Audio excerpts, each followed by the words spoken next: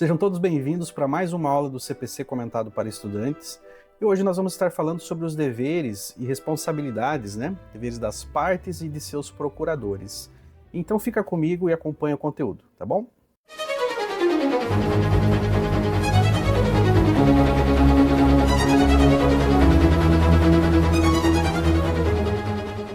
Bom, pessoal, antes de iniciar a nossa aula, como de praxe, eu sempre falo aqui sobre a nossa lista de e-mails, chamada Diário do Processualista. Se você tem interesse em se manter atualizado acerca do universo do direito processual, basta se inscrever no link que está aqui abaixo na descrição e você vai estar recebendo um conteúdo exclusivo, gratuito e valoroso, tá bom?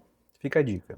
Bom, pessoal, então para iniciar o nosso estudo de hoje, vamos fazer a leitura atenta dos dispositivos, Então o artigo 77 ele diz assim: além de outros previstos nesse código, são deveres das partes, de seus procuradores e de todos aqueles que de qualquer forma participem do processo. Então nós estamos falando aqui, já no caput, sobre um dever que é aplicável não só aos procuradores, os advogados, que postulam em nome das partes, mas também às partes e também aqueles outros atores processuais que estão participando de alguma forma dentro do processo, tá?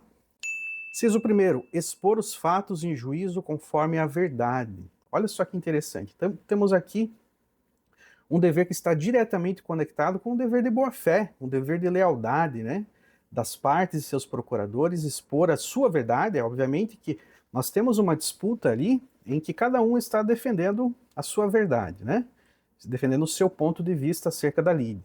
Mas dentro dos seus limites de atuação, dentro da sua boa-fé processual, cada um tem que expor o seu ponto de vista, ou a sua verdade, dentro de um mínimo ético que se espera, de um mínimo que esteja em sintonia com a boa-fé processual. Então temos aqui um dever de se falar a verdade no processo. Vamos para o próximo inciso. O inciso segundo diz assim: não formular pretensão ou de apresentar defesa quando cientes de que são destituídas de fundamento. Então nós estamos falando daquelas condutas temerárias que as partes praticam, aliás, algumas partes praticam no sentido de tentar postular ou demandar alguma coisa sem uma fundamentação jurídica genuína, Então é praticamente uma aventura judicial, mas tenta expor a outra parte, a um litígio, talvez desnecessário, ou talvez a um ato processual desnecessário, quem sabe até a colocar a outra pessoa numa situação de vulnerabilidade, quando na verdade essa ação ela está destituída de fundamento, ou essa manifestação está destituída de fundamento, não tem uma base sólida para ser postulada. Então vamos agora para o inciso terceiro. Não produzir provas e não praticar atos inúteis ou desnecessários à declaração ou à defesa do direito. Então percebemos que esse inciso ele trata de uma questão até próxima do que os incisos anteriores falaram, mas aqui é no sentido de não se provocar a tutela jurisdicional de forma desnecessária, com atos protelatórios, no sentido de atrasar a demanda, de provocar um incidente processual desnecessário em que vai atrasar o desfecho dessa ação. Então nós estamos falando aqui de uma atuação genuína realmente no processo, sem tentar provocar incidentes desnecessários que causem prejuízos para o direito de defesa da outra parte, mas também para a celeridade processual, para o término desse processo. Vamos agora para o inciso quarto, que diz assim: cumprir com exatidão as decisões jurisdicionais de natureza provisória ou final e não criar embaraços à sua efetivação. Então aqui nós estamos falando daquela parte que cria embaraços para a efetivação de uma decisão judicial. Imagine uma ordem judicial, por exemplo, de despejo, e a parte voluntariamente, de forma deliberada, ela opta por descumprir essa decisão judicial, ela está trazendo um impedimento, um embaraço, um obstáculo para a efetivação da tutela jurisdicional. Não se trata apenas da decisão judicial que está sendo cumprida, É um desrespeito para com a atividade jurisdicional, Porque a atividade jurisdicional ela exige que as partes elas cumpram as ordens judiciais, Então nós temos aqui uma situação grave de embaraço, de uma tentativa deliberada de tentar atrasar o processo e não cumprir uma ordem judicial. Vamos agora para a leitura do inciso 5º, que diz assim: declinar, no primeiro momento que lhes couber falar nos autos, o endereço residencial ou profissional onde receberão intimações, atualizando essa informação sempre que ocorrer qualquer modificação temporária ou definitiva. Aqui é óbvio, Então imagina aquela parte que está fugindo, Eu vou usar um termo aqui mais popular, mas ele está fugindo da justiça, né? Então, para evitar que haja o cumprimento de intimações, né, ele está tentando realmente criar embaraços, né, para a efetivação da tutela judicial. Então ele fica fugindo, mudando de endereço, né? Imagina a dificuldade, talvez, para um oficial de justiça encontrar essa parte, se ele não para num domicílio. Então nós temos aqui um dever para com a atividade jurisdicional, que é manter o endereço atualizado nesse processo, né, para que as intimações ocorram efetivamente em tempo adequado, em tempo razoável. Vamos agora para o inciso 6º. Não praticar inovação ilegal no estado de fato de bem ou de direito litigioso. Então imaginem que nós temos aqui um bem que está sendo objeto de algum litígio, por exemplo, um veículo, um imóvel, mas ainda assim a parte, apesar desse litígio, sabendo desse litígio, de má fé e de forma deliberada resolve negociar esse litígio, passar para terceiros, causar danos e prejuízos para terceiros que não têm qualquer relação com esse processo original. Percebam que inevitavelmente vai acontecer uma segunda demanda, né? Vai ser ajuizada uma segunda ação por conta dessa atitude deliberada e de má fé dessa parte, né? Então, se nós temos uma situação de um bem que está sendo discutido judicialmente, né? É óbvio que tem que se esperar um encerramento dessa ação, né? Esperar um desfecho quanto a essa questão. Não sair por aí criando outros embaraços, outros problemas e outras inovações ilegais, né, no estado de fato dessa coisa, desse bem.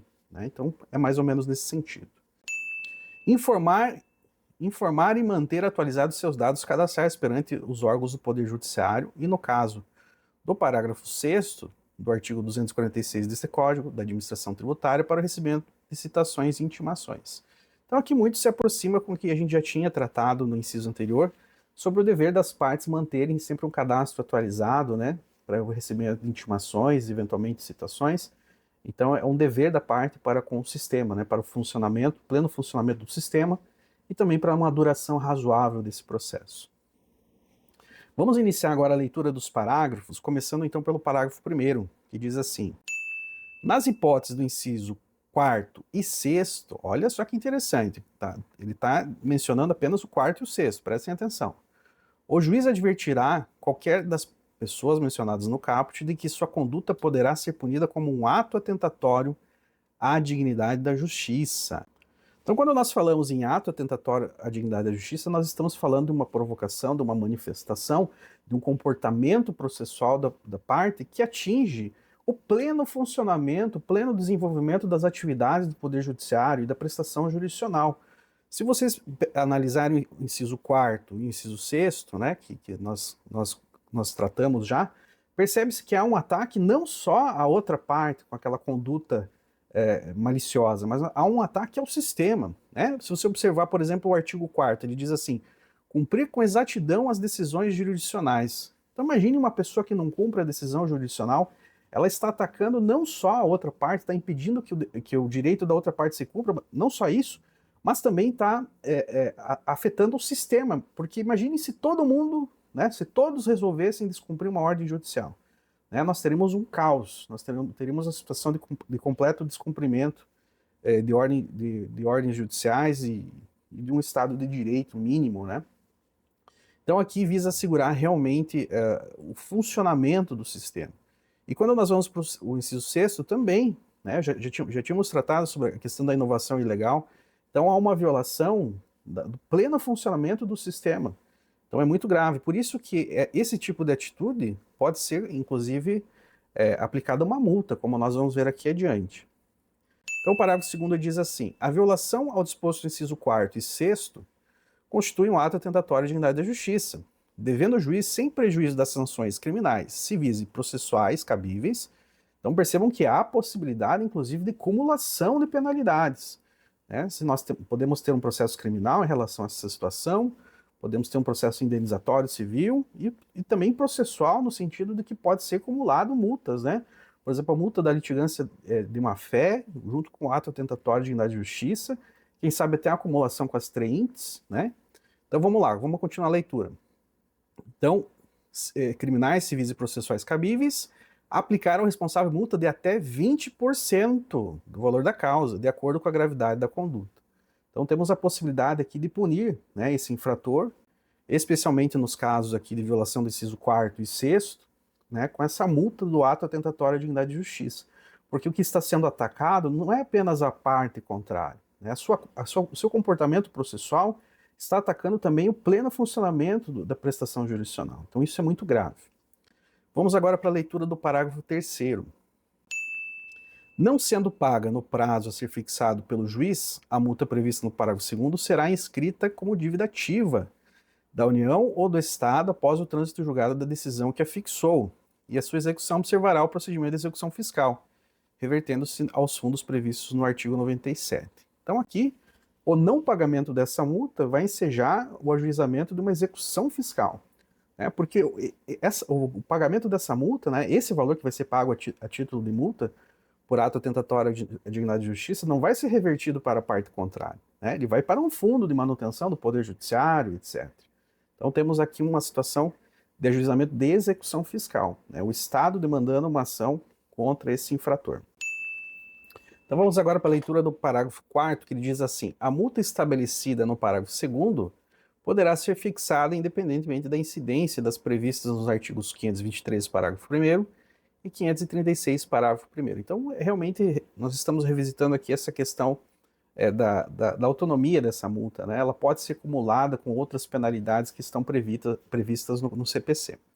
Vamos agora para o parágrafo 5º, que diz assim: quando o valor da causa for irrisório ou inestimável, a multa prevista no parágrafo 2º poderá ser fixada em até 10 vezes o valor do salário mínimo.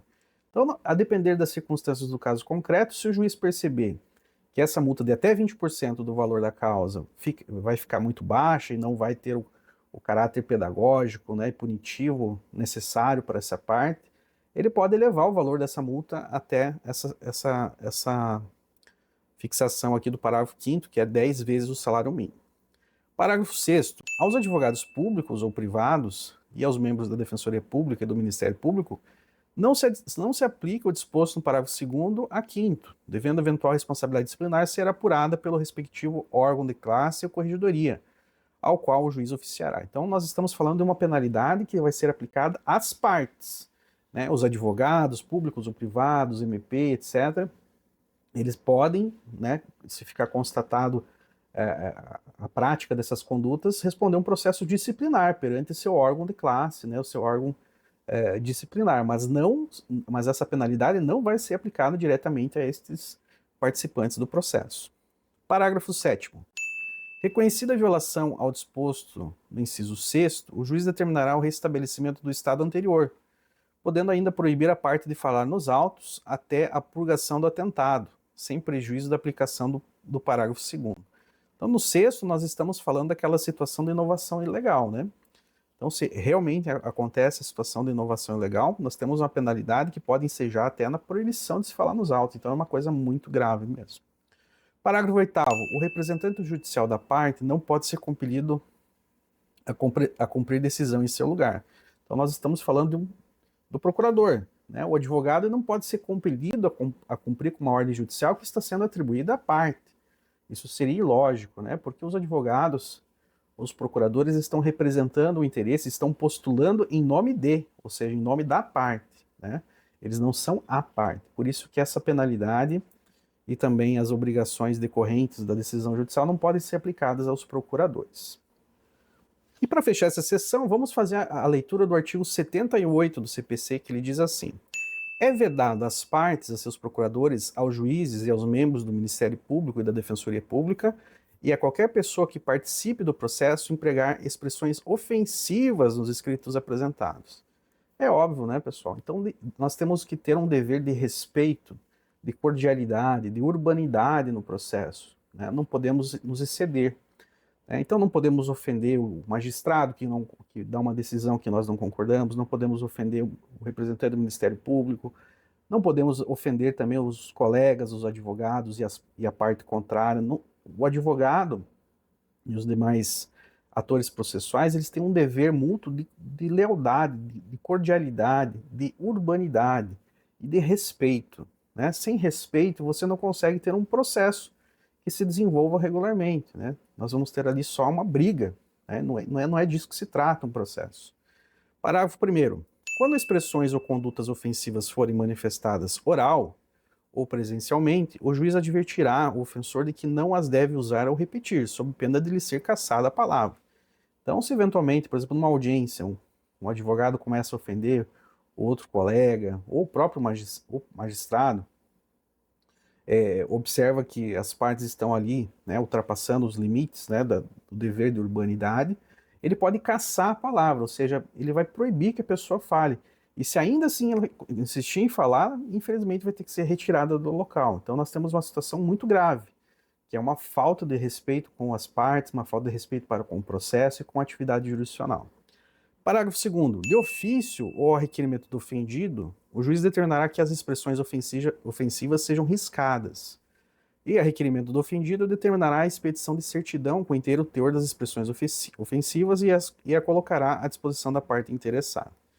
Então, se eventualmente existem ofensas, né, subscritas ali, né, redigidas pelo advogado, colocadas no papel, se eventualmente aquilo é ofensivo, o juiz pode pedir para que haja o riscamento, ou seja, vai realmente riscar, né?